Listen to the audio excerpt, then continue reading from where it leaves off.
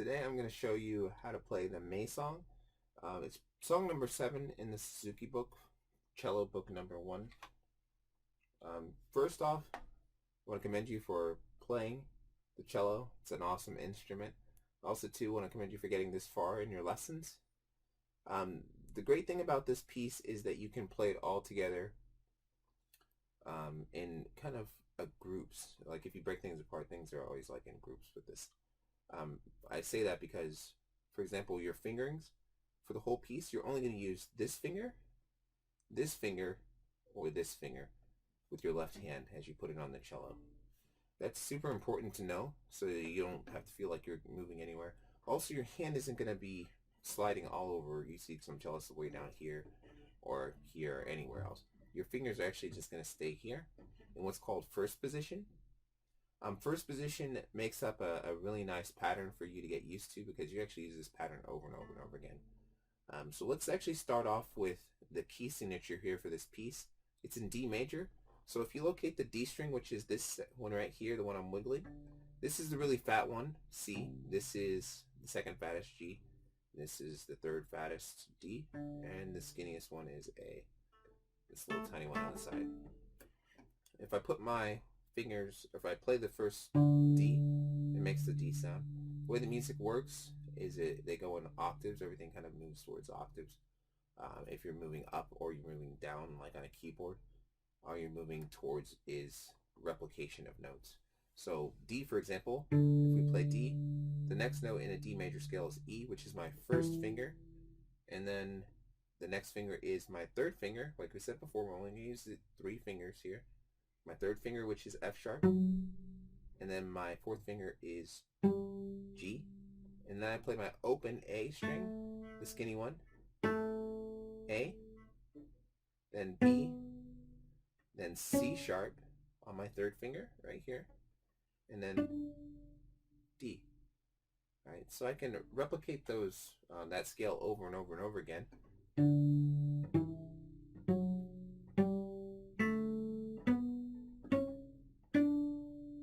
And then I can go back down.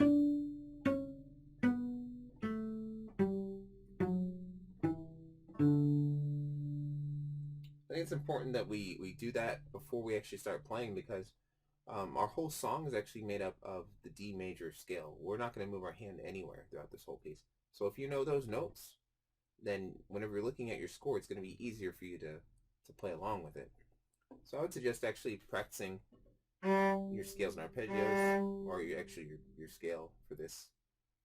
A scale is just a series of 8 notes. When we're talking about like D major, we're just talking about 8 notes total, including the D 2 times. So I'll play one now. This is D major. 1, 2, 3, 4. 1, 2, 3, 4. 1, 2, 3, 4. 1, 2, 3, 4. 1, 2, 3, 4. Right. So once I can play that scale comfortably, then I can maybe start incorporating it into my music here. So that'll be my first suggestion. Learn your D major scale. Practice it again and again.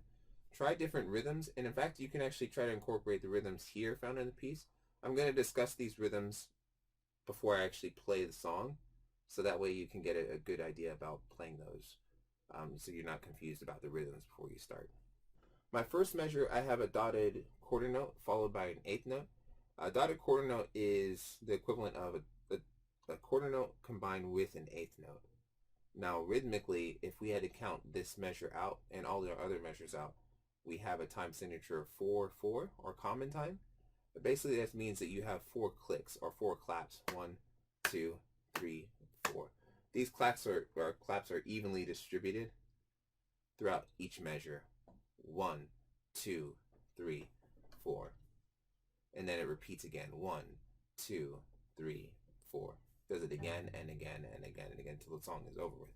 Now, your objective is to get your notes evenly distributed in between, your next notes. So your dotted quarter note, though, if we're going to count that evenly, we kind of need to not just count 1, 2, 3, 4, but we need to count the division of what the quarter note is equal to.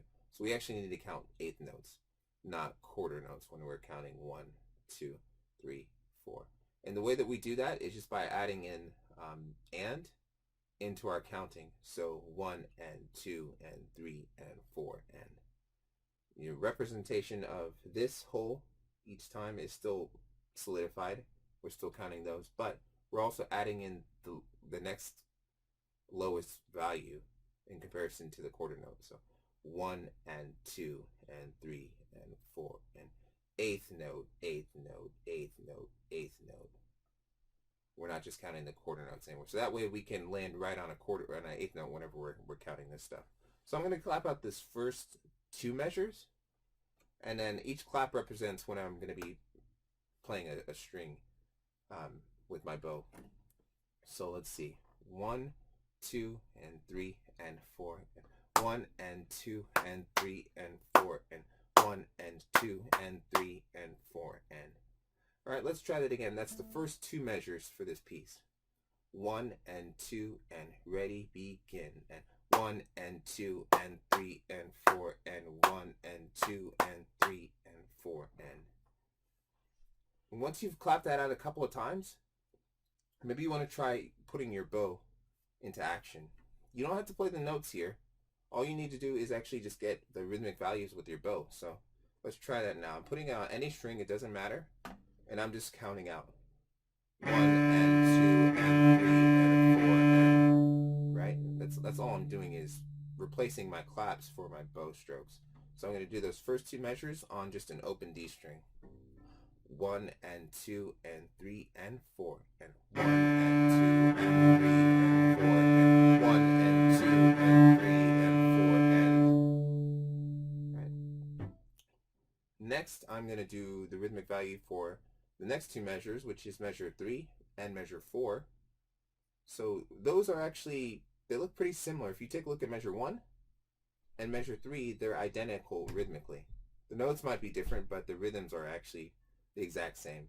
So I'm going to go ahead and use my first countings that I did before. And the next 2 countings that I have are actually kind of long. Those are half notes, and half notes have more value than quarter notes. Before we said 1 and 2 and 3 and 4 and. So if we kind of, I'm even doing it on the screen, 1 and 2 and 3 and 4 and.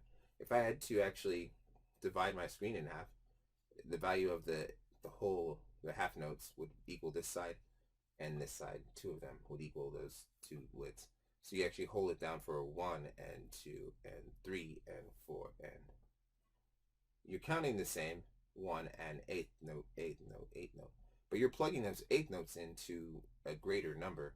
So 1 and 2 and 3 and 4 and, or 1 and 2 and 3 and 4 and. Right. So I'm going to go ahead and play this out on my cello. Not the actual notes on the page, but just rhythmically how that sounds. I'm starting on measure 3.